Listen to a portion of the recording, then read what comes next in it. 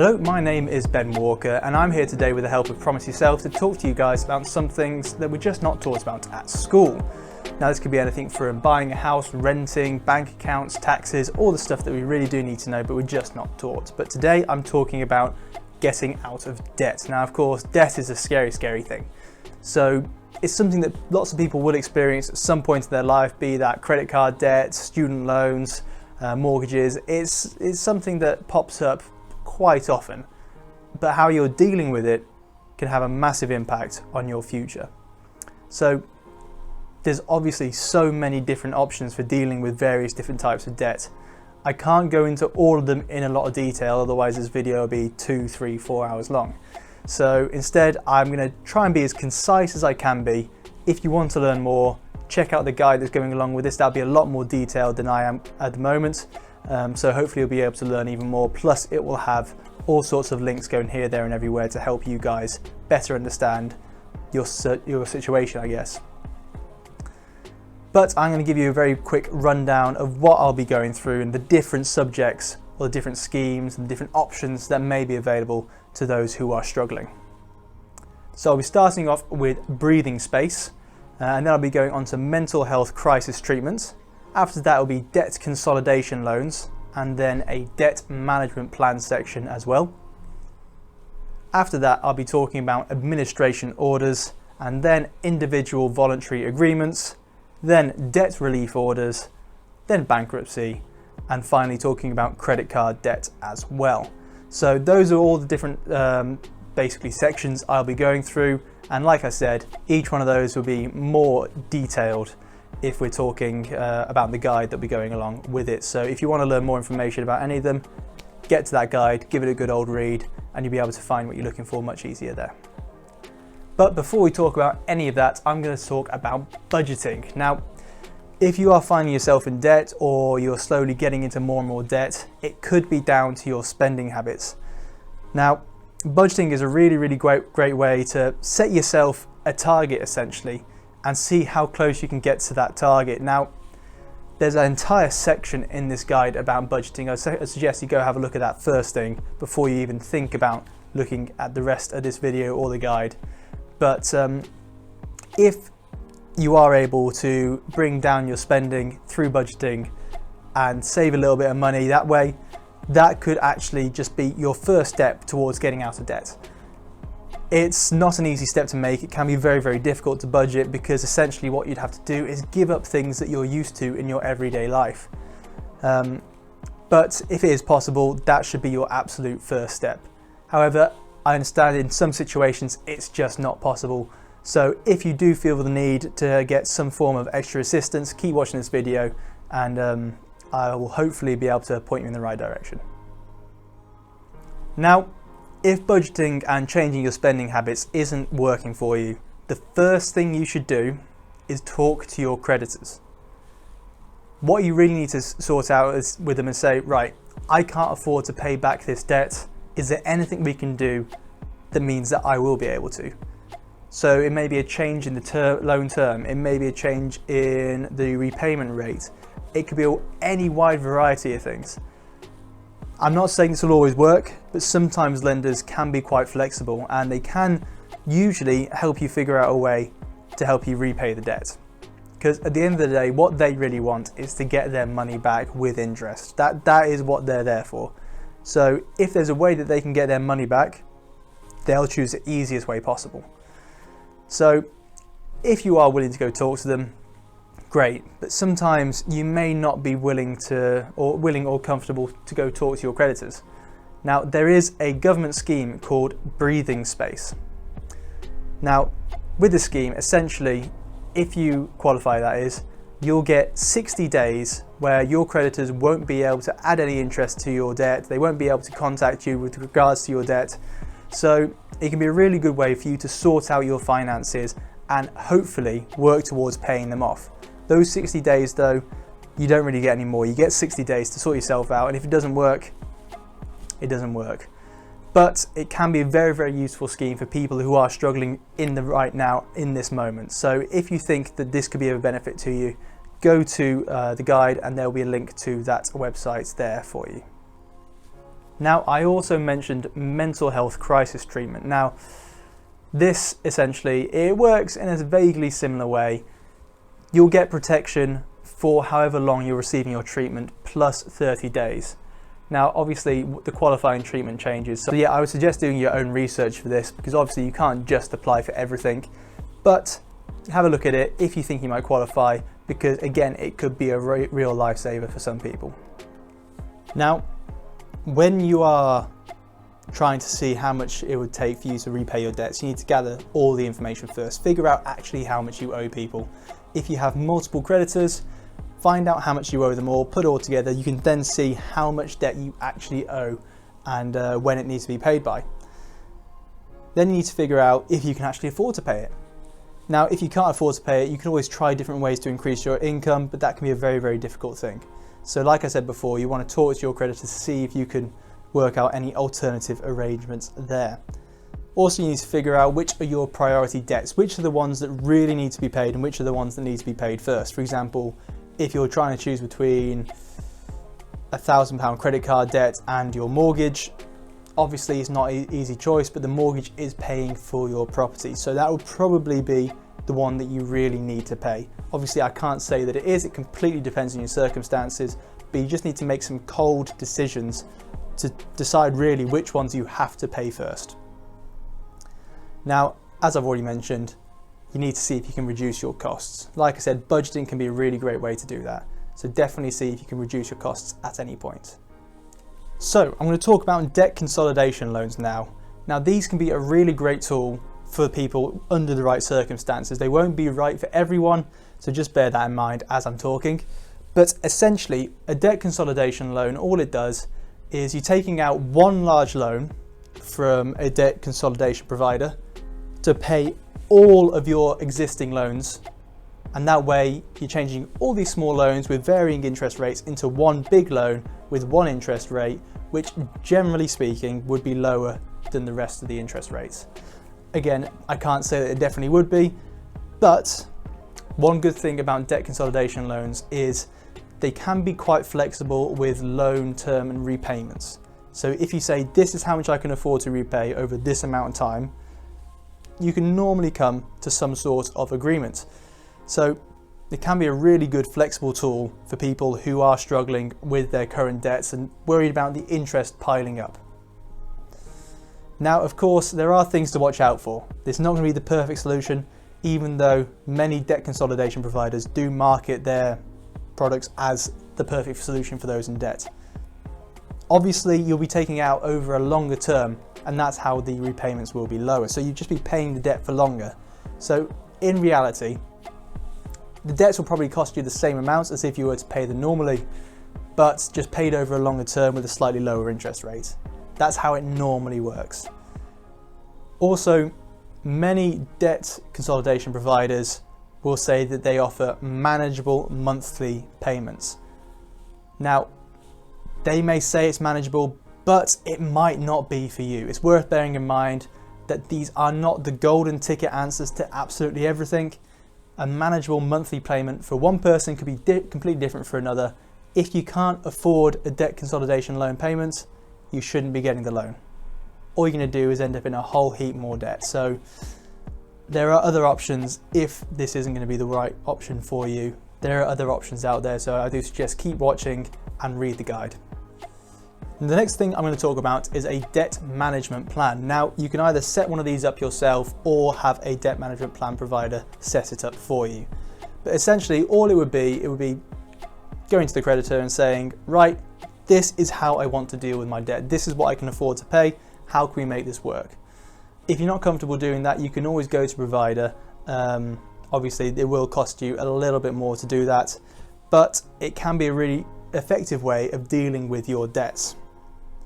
But remember, if you decide to do this yourself, you'll take on all the responsibility of deciding your budget, sorting out the payments, getting in touch with your creditors and lenders, making sure it's all, done properly and there's no funny business going on. So it can be an awful lot of work. So it's completely up to you, whichever one you choose, but just make sure that if you do decide to do it yourself, you're up for doing the work, basically. Now, if you have a provider, then essentially you make one monthly payment to your provider and then they sort out the rest for you. So, like I said, it's more hassle-free, but if you really want to save the money, then you should be doing it yourself. Also, what can happen is you can change your debt management plan at pretty much any time, as long as you give your creditors notice. So if your circumstances change and you can afford to pay more, you pay more. If your circumstances change and you can't afford to pay as much, you pay a little bit less. They are usually quite flexible, but there are a few things you need to consider first. Now, if you can afford to pay £5 a month or more towards your debt, you should be using a debt management plan that you set up yourself. That way you would at least be working some of the debt down. But obviously I'm not here to tell you exactly what you should be doing. It's completely up to you guys for you to make that decision by yourself. Now, if you want some more information about debt management plans, I'm going to talk a little bit more about them anyway, but if you want to go a bit more depth into them, read the guide. It goes into loads more detail, so you guys will be able to learn obviously a lot more. Now, like I said, when you are trying to get a debt management plan, you can just do it yourself. But if you are going to choose a provider, make sure they are regulated by the Financial Conduct Authority. That's very important because obviously if they are regulated, that's just more security for you. So always check that they are. It should be on their website at the bottom of the page. That way you guys will be keeping yourself safe from any fraudulent activities. Well, it wouldn't be fraudulent, but any less than ideal circumstances. Now, next I'm going to talk about an administration order. Now, this is essentially it's a decision by the court on how much you have to pay to your creditors. So if you owe under £5,000, you may be able to get an administration order that says you have to pay less or that amount. All you do is make one monthly payment to the court and then the court sorts out your creditors. But it can look very, very bad on your credit score. So if you are considering getting an administration order, seriously think about it first, because it can massively affect your future borrowing power. Now, again, if you want to find out how to get an administration order or whether it's really right for you, read the guide. I'm going to keep saying this the entire time, but read the guide because there is so much more information on there that I just can't fit into this video. The next one I'm going to talk about is the individual voluntary agreements. Now, these things can be really great tools. There's a few criteria you need to fill, well, not criteria, but basically you need to owe at least £10,000, have more than one creditor, and be able to contribute at least £100 a month towards your debt. If you can't afford to do these things, chances are the IVA is not going to be for you. But essentially what it is an insolvency practitioner, which is normally an accountant or a solicitor, will take the monthly payment from you and then deal with your creditors for you. Now, quite a lot of the time there are fees involved with this, and they're normally larger fees than are involved with other debt management schemes and options. So bear that in mind, that it probably is going to cost you a little bit more to get an IVA compared to, say, a debt consolidation loan. But it can be a very neat and handy way, so long as you have a nice steady income and you can actually contribute towards paying off your debt. So it's, again, not going to be right for everyone. You need to really think about all of these things before you dive headfirst into them, because they can all massively impact your future borrowing and your credit score and your credit reports. But if you do need the help, then you can always get in touch with an advisor. There's plenty of debt advice lines, essentially. National debt lines, step change, get in touch with one of them and they should be able to help you and point you in the right direction at least. So an IVA could cost around £5,000, which will be added to your debts and then it's paid off in the monthly payments, and normally lasts about 5 years. So it's 5 years of payments going towards your debts and the fees as well. Now, it doesn't always cover all debts, so make sure when you're talking to your advisor or the solicitor or accountant that you know which debts are going to be involved. But the good news is that your creditors can't contact you while the IVA is in place. So you do have some sense of security in that regard. Now, the problem is, towards the end of the IVA, you may have to remortgage your home, if you have one that is. in order to make a lump sum payment towards the IVA so that you can keep making payments. And if you can't afford to keep up with the payments, you could go bankrupt, which is obviously not ideal and can have a massive impact on your future. So it's a very difficult thing to say. I can't fully recommend any one of these options. It's a completely personal choice. It completely depends on your circumstances. If you do want to learn more about IVAs, go to the guide. There's loads of information in there for you. Of course, there's links going here, there and everywhere on how to get an IVA and whatnot. So give the guide a read, see what you can learn, and keep watching as well for the other options. So next I'm going to talk about a debt relief order. Now, these are essentially orders from a court saying over the next 12 months, your creditors cannot contact you with regards to your debt, and after you have to keep making payments, but after those 12 months, that debt is wiped off. So that's gone. Now bear in mind that the debt relief order only covers the debts that actually are included. It doesn't cover all your debts, so you may not be able to include all of your debts in this, but there are quite a few stipulations that you need to fulfill before you even think about going near one of these. So first of all, you have to not own your own home.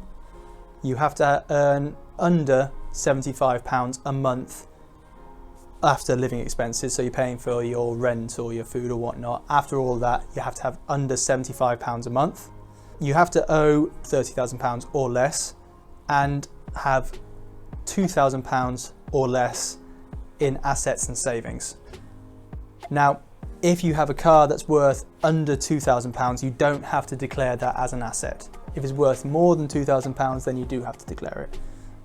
But yeah, so if the car's worth under that, then it doesn't have to be included in the £2,000 worth of assets and savings. You also have to have been living in the UK for at least 3 years, or England and Wales for at least 3 years. And you mustn't have had a debt relief order within the last 6 years as well. Now, one important thing to remember is that if you've ignored any of your creditors or only made payment to one creditor over the other within the last 2 years, chances are you're not going to get a debt relief order. You have to be very, very careful when applying for these because they do cost £90, and if you don't get accepted, you're not getting that money back. So think carefully, make sure you are eligible.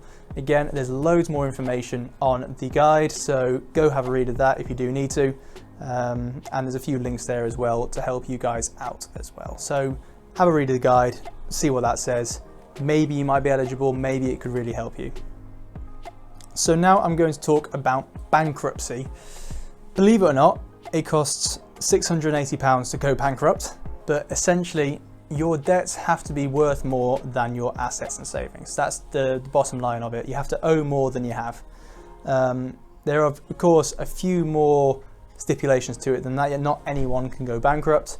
But yeah, essentially it's £680 and you have to owe more than you have. Now, before you even think about declaring bankruptcy, and you can't just stand there and shout, "I declare bankruptcy," as we all found out in the office, but before you even think about doing that, it does have massive, massive impacts on the rest of your life. It could impact your home, your bills, even your job in some cases. It can have a massive impact on everything around you. If a bankruptcy lasts for 12 months, during which some of your creditors can't get in touch, there are some debts that bankruptcy doesn't cover, for example, student loans or child maintenance loans. But the majority of creditors won't be able to get in touch with you, and after that you won't owe any money anymore. So again, it can be very, very useful, but it's also a very dangerous thing to do. So thoroughly consider whether it's the right move for you. Now, if you are considering applying for bankruptcy, they will look into how you've dealt with your debts in the past and anything you could have done to basically avoid the situation you're in. So they are very, very strict with all these things. It's very difficult to get applied for one of them, so there's lots of hoops to jump through. As I've said so many times, read the guide, there's loads more information there, do your own research as well. And if you've got any questions, of course, comment below. Now, the final one I'm going to talk about is credit cards. the way that this would work would be, say you have £2,000 worth of credit card debt spread over numerous cards, or even just on one card. There are credit card providers out there that offer up to 30 months interest free. Now, if you were to transfer all of your debt from one credit card that has interest on to the interest free, then instead of making payments towards the interest on this, you could just make payments towards the interest on the just make payments towards the balance on the interest free one, which means you pay it down quicker and you spend a lot less money. For example, say that you owed £2,000 on one credit card that had 19.9% APR. Now, if you were to pay £70 a month towards this credit card debt, it would take you 40 months to pay it off, and you would accrue around £730 worth of interest. So that's not ideal, because you have to repay the full £2,000 and the £730 as well, bringing you to a grand total of £2,730. But if you were to move this debt over to a 0% interest card and make £70 payments towards it, you could pay off the debt on this within 29 months. And that way, you don't have to make any interest payments on it as well. So that means that you'd just be paying off the £2,000. So if you are in a fair bit of credit card debt, that can be a very neat solution to getting around it. Obviously, if you have masses of it, it can be very, very difficult to figure out how to pay that down. But if you are in a bind and you think you need a quick fix, that could be an option.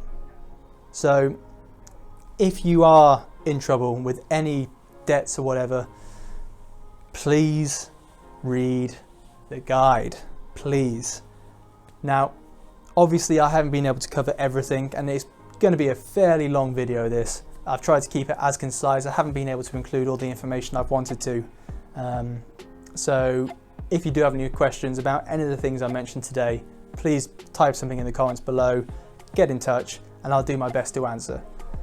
If you are in trouble, get in touch with a free advice line like a National Debt Line, as I already mentioned, or Step Change. They should have advisors who could point you in the right direction, or just offer some friendly advice on how you can deal with your situation. Now, hopefully you've learned something today. I know that talking about debt isn't the most exciting, but it is something that many, many people have to face. So my name's been Ben Walker. Thank you for watching, like and subscribe, and I'll see you guys again next time.